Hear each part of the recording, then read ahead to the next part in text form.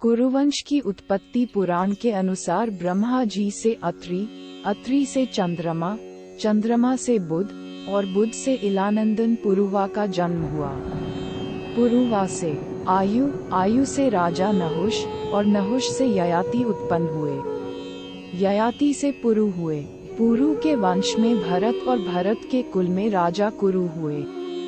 कुरु के वंश में शांतनु का जन्म हुआ। शांतनु से गंगानंदन भीष्म उत्पन्न हुए। उनके 2 छोटे भाई और थे, चित्रांगद और विचित्रवीर्य। ये शांतनु से सत्यवती के गर्भ से उत्पन्न हुए थे। शांतनु के स्वर्गलोक चले जाने पर भीष्म ने अविवाहित रहकर अपने भाई विचित्रवीर्य के राज्य का पालन किया। भीष्म महाभारत के प्रमुख पात्रों में से एक हैं। ये महाराजा शांतनु के पुत्र थे। अपने पिता को दिए गए वचन के कारण इन्होंने आजीवन ब्रह्मचर्य का व्रत लिया था। इन्हें इच्छा मृत्यु का वरदान प्राप्त था। एक बार हस्तिनापुर नरेश दुष्यंत आखेट में खेलने वन गए। जिस वन में वे शिकार के लिए गए थे उसी वन में कर्ण ऋषि का आश्रम था। कर्ण ऋषि के उत्पत्ति दर्शन करने के लिए महाराज दुष्यंत उनके आश्रम पहुंच गए। पुकार लगाने पर एक अति लावण्यमयी कन्या ने आश्रम से निकलकर कहा, हे राजन, महर्षि तो तीर्थ यात्रा पर गए हैं, किंतु आपका इस आश्रम में स्वागत है। उस कन्या को देखकर महाराज दुष्यंत ने पूछा, बालिके आप कौन हैं? बालिका ने कहा, मेरा नाम शकुंतला है और मैं कर्ण ऋषि की पुत्री हूँ। उस कन्या की बात सुनकर महाराज दुष्यंत आश्चर्यचकित होकर बोले, महर्षि तो आजन्म ब्रह्मचारी हैं, फिर आप उनकी पुत्री कैसे हैं? उनके इस प्रश्न के उत्तर में शकुंतला ने कहा, वास्तव में मेरे माता पिता मेनका और विश्वामित्र हैं। मेरी माता ने मेरे जन्म होते ही मुझे वन में छोड़ दिया था, जहाँ पर शकुत नामक पक्षी ने मेरी रक्षा की, इसीलिए मेरा नाम शकुंतला पड़ा। उसके बाद कर्ण ऋषि की दृष्टि मुझ पर पड़ी और वे मुझे अपने आश्रम में ले आए।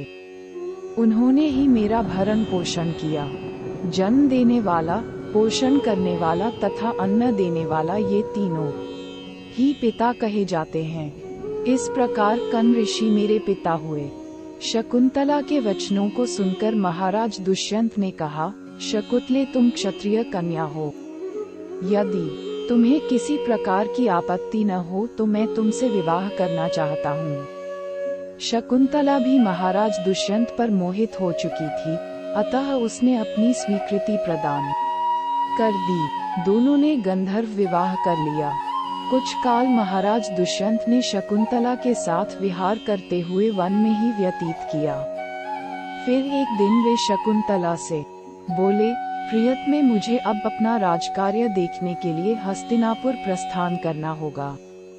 महर्षि कर्ण के तीर्थ यात्रा से लौट आने पर मैं तुम्हें यहाँ से विदा कराकर अपने राजभवन में ले जाऊंगा।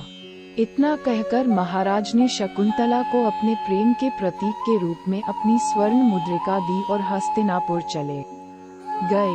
एक दिन उसके आश्रम में दुर्वासा ऋषि पधारे। महाराज दुष्यंत के विरह में लीन होने के कारण शकुंतला को उनके आगमन का ज्ञान भी नहीं हुआ और उसने दुर्वासा ऋषि का यथोचित स्वागत सत्कार नहीं किया।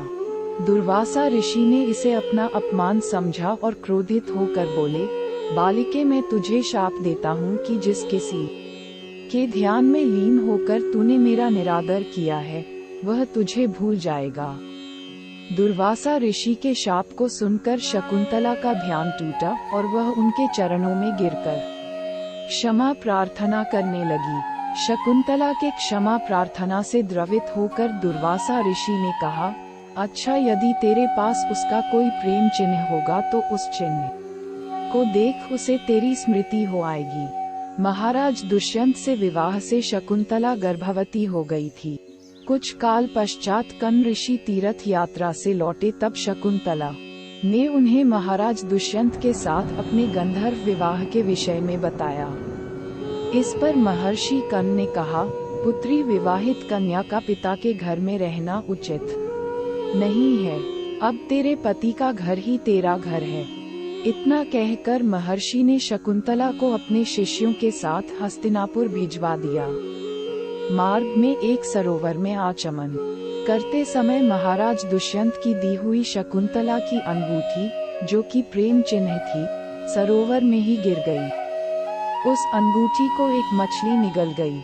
महाराज दुष्यंत के पास पहुंचकर कर्ण ऋषि के शिष्यों ने शकुंतला को उनके सामने खड़ी करके कहा, महाराज, शकुंतला आपकी पत्नी है, आप इसे स्वीकार करें। महाराज तो दुर्वासा ऋषि के शाप के कारण शकुंतला को विस्मृत कर चुके थे, अतः उन्होंने शकुंतला को स्वीकार नहीं किया और उस पर कुलटा होने का लांछन लगाने लगे। शकुंतला का अपमान होते ही आकाश में जोरों की बिजली कड़क उठी और सबके सामने उसकी माता मेनका उसे उठा ले गई। जिस मछली ने शकुंतला की अंगूठी को निगल लिया था, एक दिन वह एक मछुआरे के जाल में आ फंसी। जब मछुआरे ने उसे काटा तो उसके पेट अंगूठी निकली। मछुआरे ने उस अंगूठी को महाराज दुष्यंत के पास भेंट के रूप में भेज दिया। अंगूठी को देखते ही महाराज को शकुंतला का स्मरण हो आया और वे अपने कृत्य पर पश्चाताप करने लगे। महाराज ने शकुंतला नहीं चला को बहुत ढूंढवाया, किंतु उसका पता कुछ दिनों के बाद देवराज इंद्र के निमंत्रण पाकर देवासुर संग्राम में उनकी सहायता करने के लिए महाराज दुष्यंत इंद्र की नगरी अमरावती गए। संग्राम में विजय प्राप्त करने के पश्चात जब वे आकाश मार्ग से हस्तिनापुर लौट रहे थे तो मार्ग में उन्हें कश्यप ऋषि का आश्रम दृष्टिगत हुआ। उनके दर्शनों के लिए वे वहां रुक गए। आश्रम में एक सुंदर बालक एक भयंकर सिंह के साथ खेल रहा था। मेनका ने शकुंतला को कश्यप ऋषि के पास लाकर छोड़ा था तथा वह बालक शकुंतला का ही पुत्र था। उस बालक को देखकर महाराज के हृदय में प्रेम की भावना उमड़ पड़ी। वे उसे गोद में उठाने के लिए आगे बढ़े तो शकुंतला की सखी चिल्ला उठी, हे भद्र पुरुष, आप इस बालक को न छुएं, अन्यथा उसकी भुजा में बंधा काला डोरा सांप बनकर आपको डस लेगा। ये सुनकर भी दुष्यंत स्वयं को न रोक सके और बालक को अपने गोद में उठा लिया। अब सखी ने आश्चर्य से देखा कि बालक के भुजा में बंधा काला गंदा पृथ्वी पर गिर गया है। सखी को ज्ञात था कि बालक को जब कभी भी उसका पिता अपने गोद में लेगा वह काला डोरा पृथ्वी पर गिर जाएगा। सखी ने प्रसन्न होकर समस्त बालक को देखकर महाराज के हृदय में प्रेम की भावना उमड़ पड़ी। वे उसे गोद में उठाने के लिए आगे बढ़े तो शकुंतला की सखी चिल्ला उठी, हे भद्र पुरुष, आप इस बालक को न छुएं, अन्यथा उसकी भुजा में बंधा काला डोरा सांप बनकर आपको डस लेगा। ये सुनकर भी दुष्यंत स्वयं को न रोक सके और बालक को अपने गोद में उठा लिया। अब सखी ने आश्चर्य से देखा कि बालक के भुजा में बांधा काला गंडा पृथ्वी पर गिर गया है। सखी को ज्ञात था कि बालक को जब कभी भी उसका पिता अपने गोद में लेगा वह काला डोरा पृथ्वी पर गिर जाएगा। सखी ने प्रसन्न होकर समस्त वृतांत शकुंतला को सुनाया। शकुंतला महाराज दुष्यंत के पास आई। महाराज ने शकुंतला को पहचान लिया। उन्होंने अपने कृत्य के लिए शकुंतला से क्षमा प्रार्थना किया और कश्यप ऋषि की आज्ञा लेकर उसे अपने पुत्र सहित अपने साथ हस्तिनापुर ले आए। महाराज दुष्यंत और शकुंतला के उस पुत्र का नाम भरत था। बाद में वे भरत महान प्रतापी सम्राट बने और उन्हीं के नाम पर हमारे देश का नाम भारतवर्ष हुआ। आप सभी को ये कहानी कैसी लगी? अच्छी लगी तो सब्सक्राइब करो। धन्यवाद।